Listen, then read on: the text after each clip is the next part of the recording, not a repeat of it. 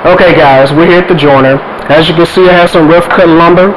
Gonna be smoothing out and flattening some pieces of walnut.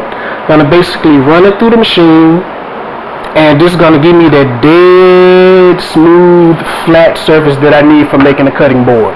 Okay, let's get to it.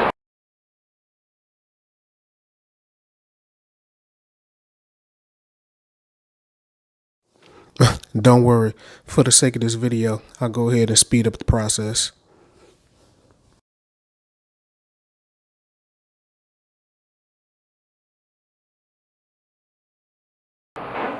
Hey, check out my new flip top mobile cart inspired by Brad from Fix This Build That. I can rotate from my jointer to my planer with ease.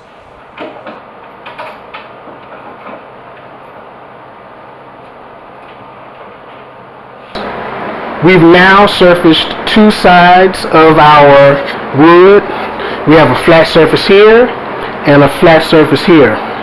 What we're going to do now is we're going to run it through the thickness planer, and the side that was smooth by the jointer, we're going to now make this side perpendicular or also smooth and flat. So that's going to give us three surfaces that are completely flat and square. Let's go ahead and go through the process. And once again, I'll go ahead and speed up the process for the sake of time.